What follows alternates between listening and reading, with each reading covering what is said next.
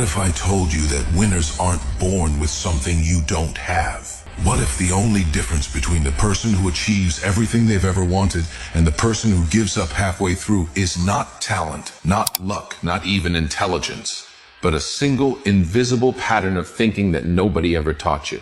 Right now, somewhere in the world, someone with less money than you, less time than you, and fewer resources than you is building the exact life you dream about. And it's not because the universe favors them. It's because their mind operates differently than yours. Winners think in a way that losers don't even know exists. And once you understand this pattern, you cannot unsee it. You'll start noticing it in every successful person you've ever admired. The athlete who trains alone at 5 a.m. when no one's watching. The entrepreneur who got rejected 200 times before anyone said yes. The artist who kept creating even when nobody clapped. There's a reason they didn't quit.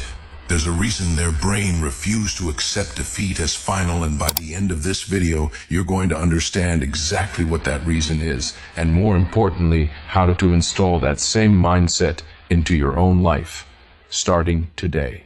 Because here's the uncomfortable truth. Most people are not failing because they lack ability. They're failing because of how their brain is wired to respond to failure, discomfort, and uncertainty. Winners have simply rewired that response. They've trained their mind to see obstacles as information instead of stop signs. They've trained their nervous system to tolerate discomfort instead of running from it. And they've trained their identity to be built on not outcome. This isn't motivational fluff. This is psychology. This is neuroscience. This is what separates the 1% from everyone else who scrolls past their success and says, I could never do that. You can. You just haven't learned how yet. So stay with me, because what I'm about to share isn't something you'll find in a typical self-help video. This is the actual psychological architecture of winning. The mental frameworks used by elite athletes, billion-dollar founders, and everyday people who transform their entire lives from nothing. And once you see it, once you truly understand it, you will never look at failure, fear, or hard work the same way again. Let's start with the first thing that separates winners from everyone else: how they define failure. Most people see failure as proof that they're not good enough. It confirms their deepest fear that they were never capable in the first place. So when they fail, they don't just lose a game or a deal or an opportunity. They lose a piece of their identity. It feels personal. It feels final. And because it feels so painful, their brain does everything it can to avoid feeling that pain again. So they stop trying, they lower their expectations, they convince themselves they never really wanted it anyway. This is called self-protection, and it's one of the most common reasons people never reach their potential. But winners see failure completely differently. To them, failure isn't a verdict. It's a data point. It's information. It's their brain saying, this approach didn't work, try another one. There's no shame attached to it, no identity crisis, just an update and a redirect. Michael Jordan was cut from his high school basketball team. Thomas Edison failed over 1,000 times before creating a working light bulb. Oprah was fired from her first television job because producers said she was unfit for television. None of these people saw failure as the end of their story. They saw it as feedback. And that one shift in perception from I failed, therefore I am a failure, to that attempt failed, so let me adjust, is the single biggest psychological difference between winners and everyone else. Now, here's where it gets even more interesting. Winners don't just tolerate discomfort, they actively seek it out. Think about that for a second. While most people are engineering their entire lives around comfort, comfortable jobs, comfortable relationships, comfortable routines, winners are doing the opposite. They're waking up before their body wants to. They're having difficult conversations they'd rather avoid. They're putting themselves in situations where they might embarrass themselves, where they might not be the smartest person in the room, where they have to be a beginner all over again. Why would anyone choose that?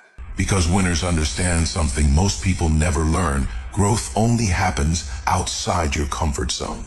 Your comfort zone is not a safe place. It's a slow death of your potential. Every time you choose comfort over growth, you're voting for the same life you already have, and winners refuse to keep voting for a life they don't want. This is why elite performers actively train themselves to get comfortable being uncomfortable. Navy SEALs call it embracing the suck. Athletes call it leaning into the burn. Entrepreneurs call it doing the thing that scares you first. It's all the same principle. Discomfort isn't the enemy. Avoidance is. But here's something even deeper, something most people completely overlook. Winners have mastered what psychologists call identity-based motivation. Most people try to change their behavior by relying on willpower. They say, I want to lose weight. So they force themselves to go to the gym through sheer discipline alone. And it works for a while. But willpower is a limited resource. It runs out. It gets exhausted by stress, by bad days, by simple decision fatigue. This is why so many people start strong in January and quit by February. But winners don't rely on willpower nearly as much as you'd think. Instead, they build their actions around identity. Instead of saying, I want to lose weight, they say, I am someone who trains every day. Instead of saying, I want to write a book, they say, I am a writer. This shift seems small, but it's psychologically massive. When your actions are tied to willpower, every choice feels like a battle. But when your actions are tied to identity, they become automatic. You don't have to convince yourself to go to the gym, because going to the gym is simply what people like you do. This is exactly how habits become permanent. Not through motivation, not through willpower, but through identity reinforcement, one small action at a time. Now let's talk about something that will completely change how you see success. The concept of delayed gratification. In the 1970s, researchers at Stanford ran a famous experiment. They placed a marshmallow in front of young children and told them if they could resist eating it for 15 minutes, they would receive a second marshmallow as a reward. Some children ate it immediately. Others found ways to distract themselves, resist the urge, and wait for the bigger reward. Years later, researchers followed up with these same children, now adults. The ones who had waited for the second marshmallow had significantly higher academic performance, better health outcomes, and greater career success. Why? Because the ability to delay gratification is one of the strongest predictors of long-term success in any area of life. Winners understand this instinctively. They're willing to sacrifice a good today for a great tomorrow, while others are choosing instant pleasure, scrolling social media, spending impulsively, taking the easy path. Winners are making decisions based on where they want to be in 5 years, not how they feel in this exact moment. This is incredibly hard. Your brain is wired for immediate rewards, that survival instinct from thousands of years of evolution. But winners have trained themselves to override that instinct. They ask a simple but powerful question before every decision. Will this choice serve the person I'm trying to become, or the person I'm trying to escape? Here's another psychological trait that almost nobody talks about. Winners protect their environment obsessively. Motivation doesn't exist in a vacuum.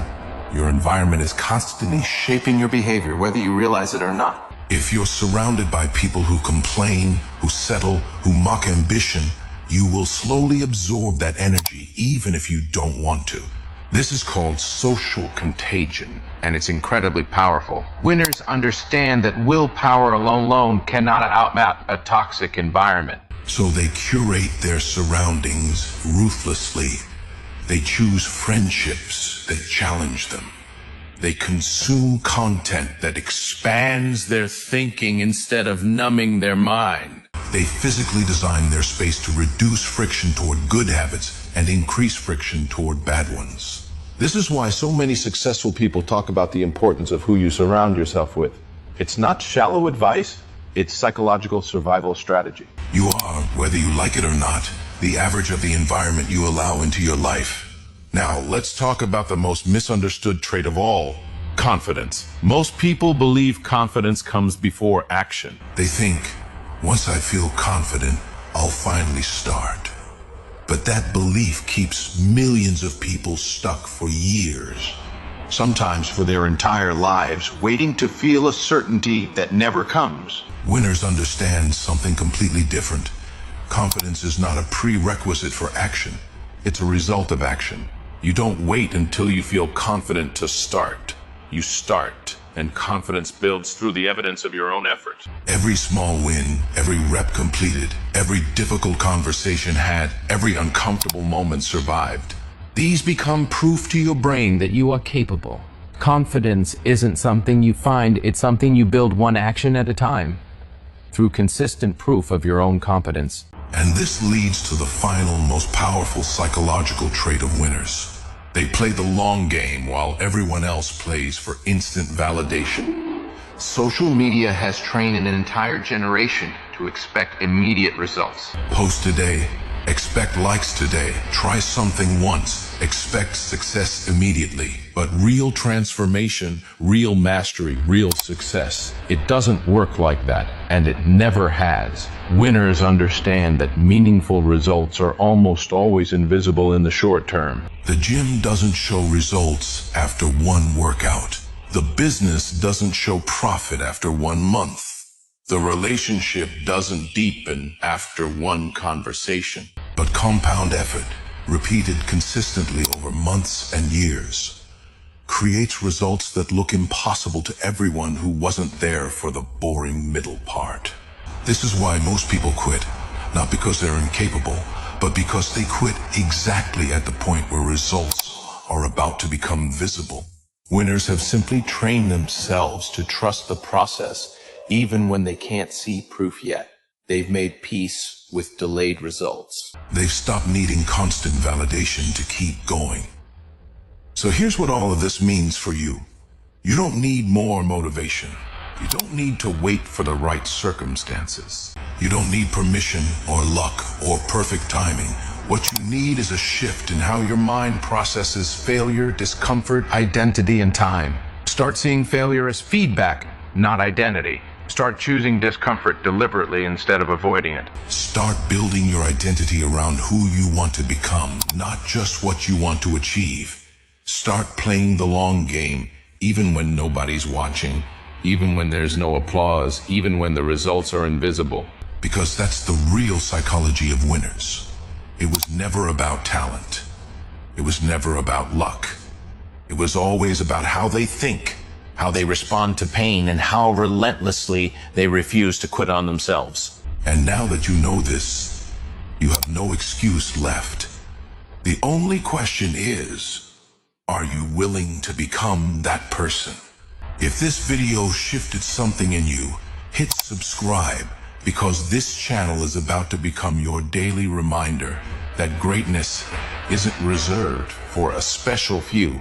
It's built deliberately by people just like you. Drop a comment below and tell me which part of this hit you the hardest. I read every single one. And if you know someone who needs to hear this today, Someone who's on the edge of giving up, send this to them. You might be the reason they don't quit. this just the beginning. See you in the next video.